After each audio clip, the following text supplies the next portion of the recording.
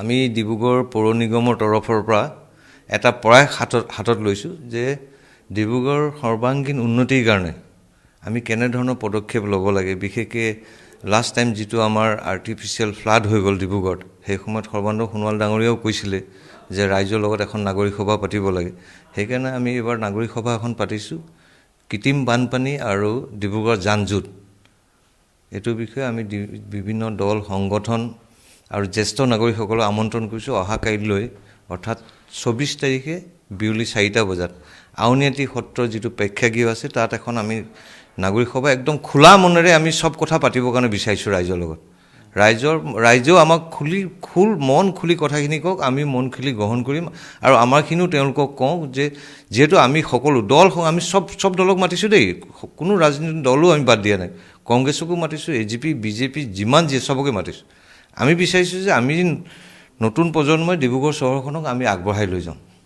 এইখন আমাৰ ককা দেউতাৰ দিনৰ চহৰখনক আমি কেনেধৰণে ভাল কৰিব পাৰোঁ, ইয়াৰ কাৰণে আমি কি কৰিব লাগে, অলপ যদি কিবা বস্তু ইফাল সিফাল ত্যাগো কৰিব লাগে তাৰ কাৰণে আমি ৰেডি থাকি কৃত্ৰিম বানপানীৰ সমস্যাটো ডিব্ৰুগড়ৰ পৰা সম্পূৰ্ণভাৱে নাইকিয়া কৰিব লাগে। আৰু যান-জঁটৰ যিটো সমস্যা আছে, ডিব্ৰুগড় চহৰখন যিহেতু এতিয়া আগতে আছিলে চহৰ, এতিয়া হৈ গ'ল মহানগৰ।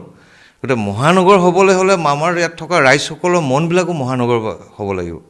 মহানগৰবাসী ৰাইজৰ নিচিনা তেওঁলোকে বহলকৈ ভাবক।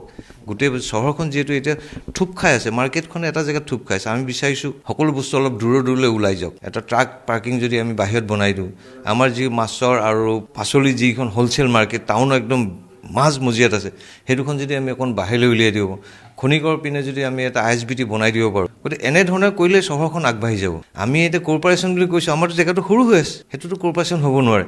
কৰ্প'ৰেশ্যন বুলি ক'লে ডাঙৰ। গুৱাহাটীত, দিল্লীত এতিয়া চাইছোঁ 100 কিমানজন ৱাৰ্ড কাউন্সিলাৰ্ছ, এজনৰ আণ্ডাৰতে আছে প্ৰায় 60,000 70,000 ভোট। 80,000লৈকে এটা ৱাৰ্ডত ভোট আছে।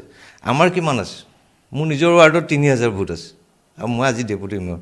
সেইটোতো হ'ব নোৱাৰে ন, সেইটো অলপ দিন চলিব এতিয়া। গতিকে আমি ভাবিছোঁ ৰাইজ ওলাই আহক, আমাক তেওঁলোকে উপদেশ দিয়ক, আমি ৰাইজৰ লগত থাকি কাম কৰিব বিচাৰিছোঁ। গতিকে আমি সকলোকে বিচাৰিছোঁ, সকলো আগবাঢ়ি আহক, যি আছে তেওঁলোকে খুলি আমাক কওক। অহা কাইলৈ আমি এটা দিন ডিব্ৰুগড় পৌৰ নিগমৰ এটা প্ৰয়াস ৰাইজৰ লগত মত বিনিময় কৰি ডিব্ৰুগড় চহৰখন আগবঢ়াই নিয়ে। কেন্দ্ৰীয় মন্ত্ৰী সৰ্বানন্দ সোণোৱাল ডাঙৰীয়া উপস্থিত থাকিব। যিহেতু এই মিটিংখনৰ প্ৰথম ৰাজহুৱাকৈ তেওঁ কৈছিলে যি সময়ত বানপানী হৈছিলে, কৃত্ৰিম বানপানী, তেতিয়া তেওঁ ৰাইজৰ আগত কৈছিলে যে ডিব্ৰুগড় পৌৰসভাৰ তেতিয়া পৌৰ নিগমে আপোনালোকৰ লগত কথা পাতি এই সমস্যা সমাধানৰ কাৰণে চেষ্টা কৰিব। তাৰপিছত আমি কেইবাটাও এনে আলোচনা কৰিলোঁ। আমাৰ স্থানীয় বিধায়ক প্ৰশান্ত ফুকন ডাঙৰীয়া থাকিব, আমাৰ পৌৰ প্ৰশাসন মন্ত্ৰী জয়ন্ত মল্ল ডাঙৰীয়া অহা কথা আছে, তেওঁ এডভান্টেজ আছামৰ কাৰণে তেওঁ বাহিৰত আছে, তেওঁ নোৱাৰিলে তেওঁ অফিচিয়েল কোনোবা আহিব। মুঠতে আমি খুব আন্তৰিকতাৰে এইটো কামটো কৰিব বিচাৰিছোঁ।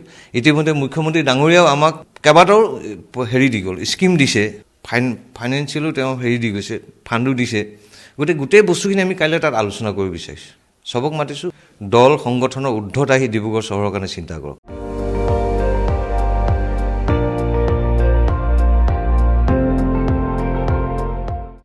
আপুনি চাই আছে ND24, সৰ্বশ্ৰেষ্ঠ নহয়, সৰ্বোত্তমৰ দৌৰ।